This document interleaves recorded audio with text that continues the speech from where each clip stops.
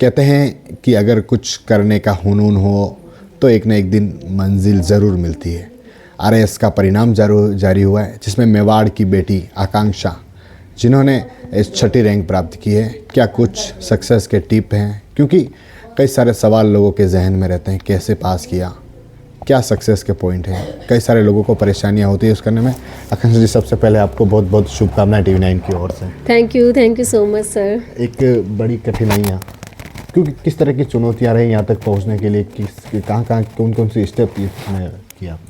देखिए, पहले तो ये एग्ज़ाम ही अपने आप में एक चैलेंज रहता है, क्योंकि ये 3 स्टेज में रहता है। प्रीलिम्स क्वालिफाई करें, उसके बाद आप मेंस देंगे, उसके बाद आप इंटरव्यू। और आरपीएससी का जो एक शेड्यूल रहता है वो आप मान के चलिए एक वैकेंसी में कम से कम 2 साल तो लग ही जाते हैं। तो 2 साल तक लगातार पढ़ते रहना, कंटिन्यू करंट से अपडेट रहना और फिर धैर्य बनाए रखना, ये बहुत बड़ा चैलेंज रहता है। उसके बाद अगर फैमिली सपोर्ट साथ में होता है तो फिर सारे चैलेंज ओवरकम हो जाते हैं। क्योंकि प्रशासनिक सेवा की ओर आप आगे बढ़े हैं, तो पहले भी मतलब आप टीचर रहे हैं, तो उस समय मतलब कैसे इसको आगे बढ़े हैं इसको लेकर आप? क्योंकि एक सपना होता है कि आरएएस बनना, आईएएस बनना, तो एक आपका भी सपना रहता है। जी, मैं जब शिक्षा विभाग में आई थी, बीइंग ऑनेस्ट अगर मैं बताऊं तो मेरा बचपन से ये ड्रीम नहीं था कि मुझे सिविल सर्वेंट बनना है। पर जब मैं शिक्षा विभाग में आई तो कहीं ना कहीं मैंने ये महसूस किया, 7 से 8 साल हो चुके हैं मुझे इस विभाग में, तो मुझे लगा कि मुझे सिर्फ एक स्कूल के सीमित दायरे से बाहर निकलना चाहिए। मुझे काफ़ी लोगों ने मोटिवेट भी किया, मेरे स्कूल के ही सर हैं किशन जी सर, उन्होंने भी काफ़ी मोटिवेट किया कि आप सिविल सर्विस में जाइए, तो जो आप चाहते हैं कि आप सोसाइटी से कनेक्ट होकर काम करें वो आप वहाँ जाके बेहतर तरीके से कर पाएंगे। तो फिर मैंने इसमें सीरियस होकर इसकी तैयारी की। कहीं कोचिंग इसमें क्या मतलब कैसे इसमें आगे बढ़े? एक लोग कोचिंग लेते हैं वो भी सक्सेस नहीं हो पाते हैं, क्योंकि इसके लिए टाइम देना या फिर कुछ मोबाइल से जैसे एक्टिविटियाँ लोग उसको लेकर भी कई सारी बातें सामने आती हैं, तो उसमें आपका क्या रहा? देखिए सर, जब मैंने 2018 का अटैम्प्ट दिया था वो मेरा बहुत सीरियस अटैम्प्ट नहीं था, मैं सीरियस नहीं थी, तो रैंक भी उस अकॉर्डिंग 950 के आसपास आई थी। और इस बार मैं काफ़ी सीरियस थी। तो इस बार क्योंकि मेंस के लिए हमें 2 से 3 महीने का बहुत लिमिटेड टाइम मिला था, उस टाइम को बहुत अच्छे तरीके से मैनेज करना था। तो मेरे सामने सबसे पहले ये दुविधा थी, क्योंकि मैं जयपुर कभी नहीं गई हूँ कोचिंग के लिए, ऑनेस्टली बताऊँ तो काफ़ी लोगों से सुना था कि अगर आप आरएस के लिए कोचिंग नहीं कर रहे हैं तो आपका सिलेक्शन होना बिल्कुल नामुमकिन सा है। पर मुझे ये था कि नहीं, मैं तैयारी करूँगी तो उदयपुर में ही। और उदयपुर में भी मुझे आरएस की तैयारी के लिए बहुत अच्छा कोई प्लेटफॉर्म मिल नहीं रहा था। मैंने कोशिश की, पर फिर मैंने कुछ अनुभवी लोगों से राय ली, तो उन्होंने मुझे कहा कि नहीं, आप सेल्फ स्टडी कीजिए, भरोसा कीजिए खुद पे, आप सही तरीके से तैयारी करेंगे। तो फिर काफ़ी विचार मानस बदलने के बाद फिर अल्टीमेटली मेरा डिसीज़न था कि नहीं, मुझे कोई भी कोचिंग ज्वाइन नहीं करनी है। मैंने पूरा सेल्फ स्टडी की और सारा जो भी मटेरियल होता है, जो ऑथेंटिक बुक्स होती हैं, सोर्स होते हैं, सारे कलेक्ट किए, नोट्स अपने खुद मैंने प्रिपेयर किए हैं और उनका मल्टीपल रिवीजन किया और मेरा ये प्रयास सफल रहा। मेंस मेरे काफ़ी अच्छे हुए थे। एक स्कूल में टीचर थे आप, साथ में स्कूल रहना, उसके बाद तैयारी करना, कितना मुश्किल रहता है? एक परेशानी, घर का काम भी रहता है, एक महिला होने के नाते परेशानी तो रहती है, तो उस समय आपको किस तरह की कठिनाइयाँ आई? जी सर, स्कूल में जैसे जॉब करते हैं तो 2 तरह की दुविधाएं रहती हैं। देखिए, एक तो क्योंकि हम बच्चों से जुड़े होते हैं, तो एक जब एग्ज़ाम की तैयारी के लिए काफ़ी लोग काफ़ी महीनों की छुट्टियां ले लेते हैं, तो मैं जब भी छुट्टी लेती थी तो मन में दुविधा रहती थी कि मेरे बच्चों का भी तो नुकसान हो रहा है। तो मैं अक्सर छुट्टियाँ ऐसे समय में लेती थी जब जैसे स्कूल में हाफ ईयरली एग्ज़ाम्स चल रहे हैं, तो उस दौरान बच्चों की पढ़ाई वैसे भी नहीं होती है, तो मैं उस दौरान में अपनी तैयारी कर लेती थी और बच्चों की पढ़ाई का लॉस भी बहुत कम होता था। तो और स्कूल के 6 से 7 घंटे बिताने के बाद में जो टाइम बचता था उसका पूरा मैं यूज़ करती थी और स्कूल आने जाने के सफ़र का जो समय होता था उसको भी मैं यूटिलाइज़ कर लेती थी। तो इस तरीके से टाइम मैनेजमेंट होता था। परिवार में वैसे कौन कौन है और किस तरह का परिवार का इसमें सपोर्ट है? जी बिल्कुल, परिवार के सपोर्ट के बिना तो ये सक्सेस पॉसिबल ही नहीं थी। मेरे परिवार में मैं सबसे छोटी हूँ। मेरे सबसे बड़े एक दीदी हैं, फिर एक भैया हैं बड़े, और उनसे छोटे एक दीदी हैं। मैं 4th नंबर पर सबसे छोटी हूँ। मेरे मम्मी हैं, मैं जब 10 इयर्स की थी तब फादर एक्सपायर हो चुके थे। और फैमिली का बहुत ज़्यादा सपोर्ट रहा है, मतलब यहाँ तक कि मुझे घर से ही एक पीछे से फोकस रहता था कि नहीं आपको सिर्फ पढ़ाई करनी है, आपको घर में कुछ भी इधर उधर अपना ध्यान भटकाना नहीं है, तो मेरा पूरा फोकस पढ़ाई पे रहता था। अब आप एक टीचर से आरएस बन गए हैं, तब एक जिम्मेदारी भी आपकी बढ़ गई, क्योंकि यहाँ तो आप बच्चों को तक पहुँचते थे, लेकिन अब आपको एक बड़ी क्षेत्र मिलेगा, बड़ी जिम्मेदारी मिलेगी, तो उस तरह उसका किस तरह का आप निर्बंध रहेगा? देखिए, वैसे स्कूल में भी एक तरह का मैनेजमेंट ही है। आप एक बड़े उपखंड के अधिकारी हों, आप एक स्कूल के एक पीओ के भी अधिकारी होते हैं, तो स्कूल में कई बार इंचार्जशिप का मौका मिलता है, तो आपको सब कुछ टैकल करना होता है, तो ये अनुभव भी रहते हैं साथ में। तो मुझे लगता है कि स्कूल जो शिक्षा विभाग का मेरा अनुभव है वो मुझे वहाँ भी काम आएगा, तो मैं एक बेहतर प्रशासनिक अधिकारी के रूप में काम कर पाऊँगी। क्या अलग से एक्टिविटी आपकी इसमें हो पाएगी, क्योंकि आप स्कूल से जुड़ी हुई है, कहें तो एक स्कूल से जुड़ी हुई है जो क्षेत्र रहा है आपका, तो मेवाड़ की बात करें तो मेवाड़ में जिस तरह का बात करें आदिवासी क्षेत्र हो या फिर और क्षेत्र हो, उसमें जहाँ बेटियों की शिक्षा की बात होती है तो कहीं न कहीं पिछड़ापन नज़र आता है। क्या लगता है आपको, उसको लेकर भी कुछ बढ़ावा होगा उसमें?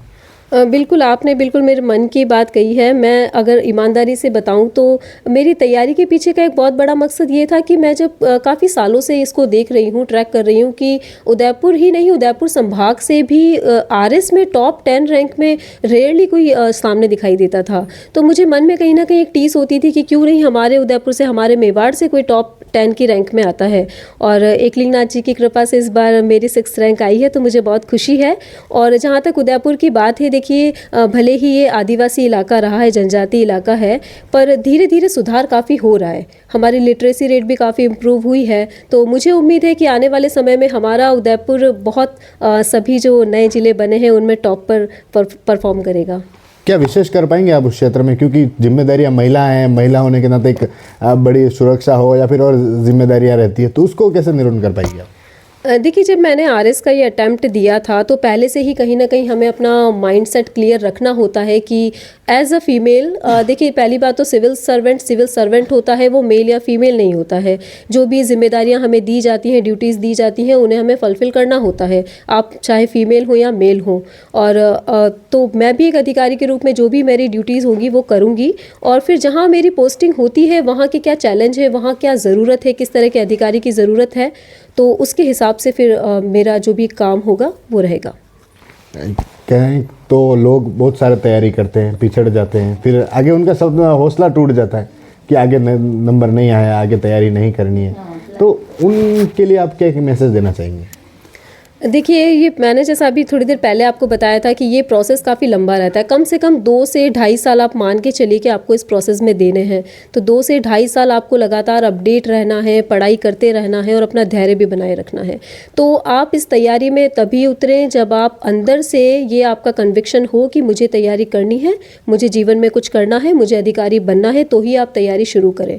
और एक बार आप तैयारी करते हैं, रिजल्ट अगर बहुत पीछे भी रहता है, जैसा मैंने बताया 2018 में मेरी 950 के बाद रैंक थी, तो आप समझ सकते हैं 950 से 6 पर आना काफ़ी मेरे लिए चैलेंजिंग था।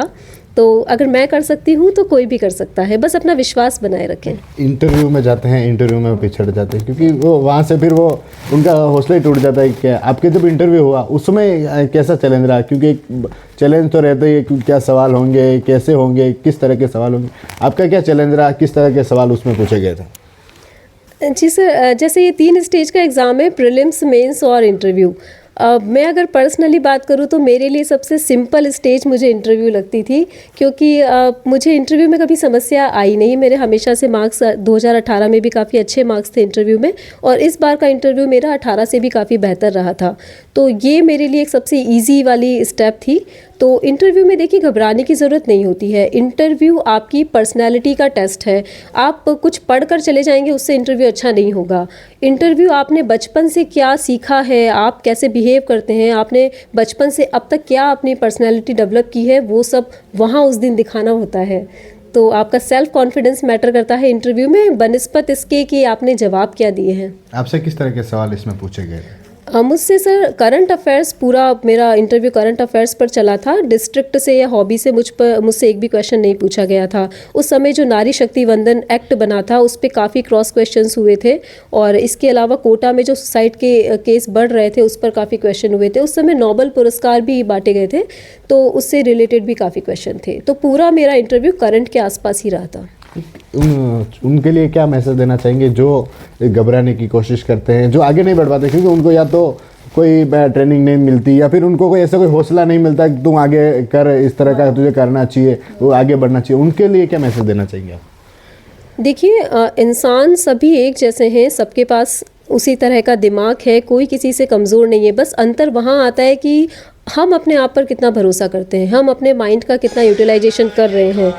तो अपने आप पर विश्वास रखें, वो सबसे पहले ज़रूरी है। आप डीमोटिवेट ना हो। जैसे मैं आपको बता रही हूँ, मैंने कोई कोचिंग नहीं ली है, मैंने पूरा मेरा सेल्फ स्टडी ही रही है, तो मैं कर सकती हूँ तो कोई भी कर सकता है। तो डीमोटिवेट ना हो, अपने आसपास ऐसे पॉजिटिव लोगों को रखें जो आपको नकारात्मक वातावरण में न रखें। तो बी पॉजिटिव, सब कुछ अच्छा होगा, विश्वास रखें और आगे बढ़ें।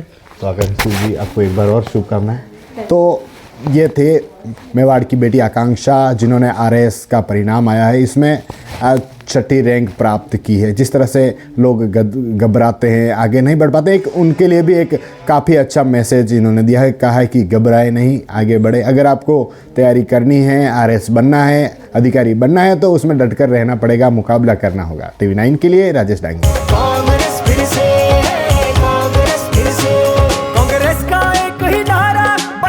विकास की धारा, असुविधा का अंधियारा कांग्रेस ने पल में उतारा।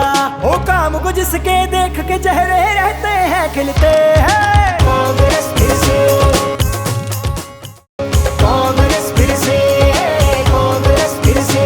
वो किसान को खेत लहराए, हर फसल का दाना गाए, फिर से कांग्रेस ही लाए, चलो मिलके हाथ बढ़ाए। राजस्थान में देखो इसने काम किए दिल से। कांग्रेस फिर से, कांग्रेस फिर से, कांग्रेस फिर से।